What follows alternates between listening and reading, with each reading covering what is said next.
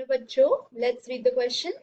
The question says write down the important feature of plum pudding model of atom. तो की concept हमारा क्या हो जाएगा? There was a scientist named J.J. Thomson. इन्होंने propose किया था plum pudding model of atom,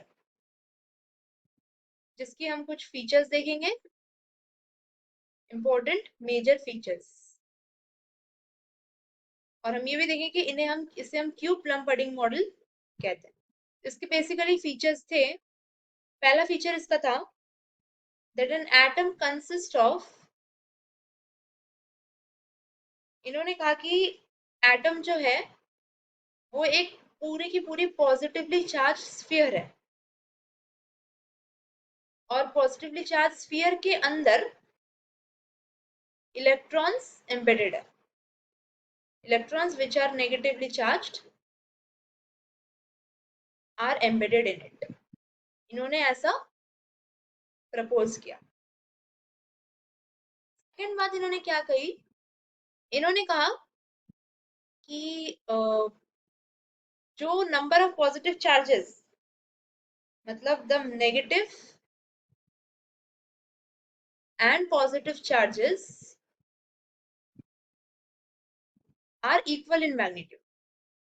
because हमें पता है कि हमारा जो एटम है वो इलेक्ट्रिकली न्यूट्रल रहता है, एज अ कंप्लीट वो न्यूट्रल रहता है. तो उन्होंने कहा कि पॉजिटिव और नेगेटिव चार्जेस जो है वो मैग्नीट्यूड में इक्वल है. Hence atom is electrically neutral. अब हम देखेंगे कि इस मॉडल को हम प्लम पडिंग मॉडल क्यों कहते हैं. Why do we call it plum pudding model? So this model was known as, हालांकि ये मॉडल एक्सेप्ट एक कुछ टाइम के लिए हुआ था, बट देन दूसरे साइंटिस्ट हैं, उन्होंने चैलेंज कर दिया इस मॉडल को. तो जब तक ये था, जब तक ये मॉडल को माना जाता था, तब हम इसे कहते थे प्लम पडिंग मॉडल. क्यों कहते थे? Because it consisted of electrons surrounded by positive charges.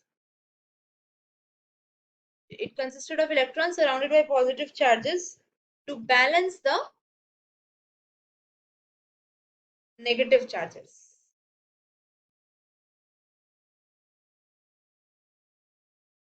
Like negatively charged plums surrounded by positively charged pudding.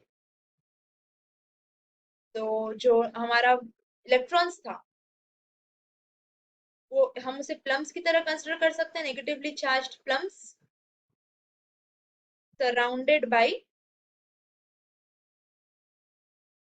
Positively charged pudding. इस तरीके से हम इसे कंसिडर कर सकते हैं, इसीलिए हम इसे कहते थे plum pudding. So main features हमने पढ़ लिया. I hope you understood the concept. All the best.